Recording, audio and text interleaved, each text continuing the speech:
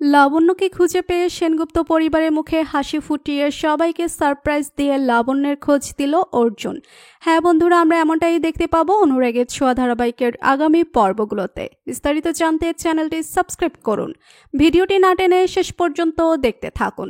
লাবণ্যকে মৃত ভেবে লাবণ্যর আত্মার শান্তি কামনার জন্য শ্রাদ্ধ অনুষ্ঠান করে সেনগুপ্ত বাড়ির সবাই, তবে দীপা কোনোভাবেই মানতে পারে না লাবণ্য সেনগুপ্ত মারা গেছে। সেটা ভাবতে থাকে দীপা, যাকে তারা লাবণ্য ভেবে সৎকার করেছে তাকে দেখে কোনোভাবেই চেনা যাচ্ছিল না।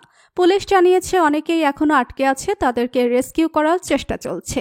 অপরদিকে অনেকে আবার হসপিটালেও রয়েছে, লাবণ্য তাদের মধ্যে নেই তো। তবে দীপা ভাবতে থাকে বেশ কিছু জিনিস দেখেই তারা আইডেন্টিফাই করেছিল ওটাই লাবণ্যর দেহ। অন্যদিকে দেখা যায় লাবণ্য বেঁচেই থাকে এবং লাবণ্য আহতদের সাথেই হসপিটালে থাকে। লাবণ্য ট্রিটমেন্ট চলতে থাকে, তবে লাবণ্য কোনোভাবেই নিজের নাম পরিচয় কিছুই বলতে পারে না। আর ঠিক সেই হসপিটালেই ডক্টর হয়ে থাকে অর্জুন। অর্জুন অন্যান্য পেশেন্টদের মাঝে লাবণ্যকে দেখে চমকে যায় এবং বুঝতে পারে যে ওই প্লেনে লাবণ্য ছিল। লাবণ্য কথা বলতে পারে না এবং লাবণ্যর হদিস যে পরিবারে কেউ জানে না, অর্জুন সেটা বুঝতে পারে। তাই অর্জুন অন্যদেরকে জানায় যে এই পেশেন্ট তার পরিচিত। অর্জুন সূর্যকে ফোন করে এবং লাবণ্যর হদিস জানায়।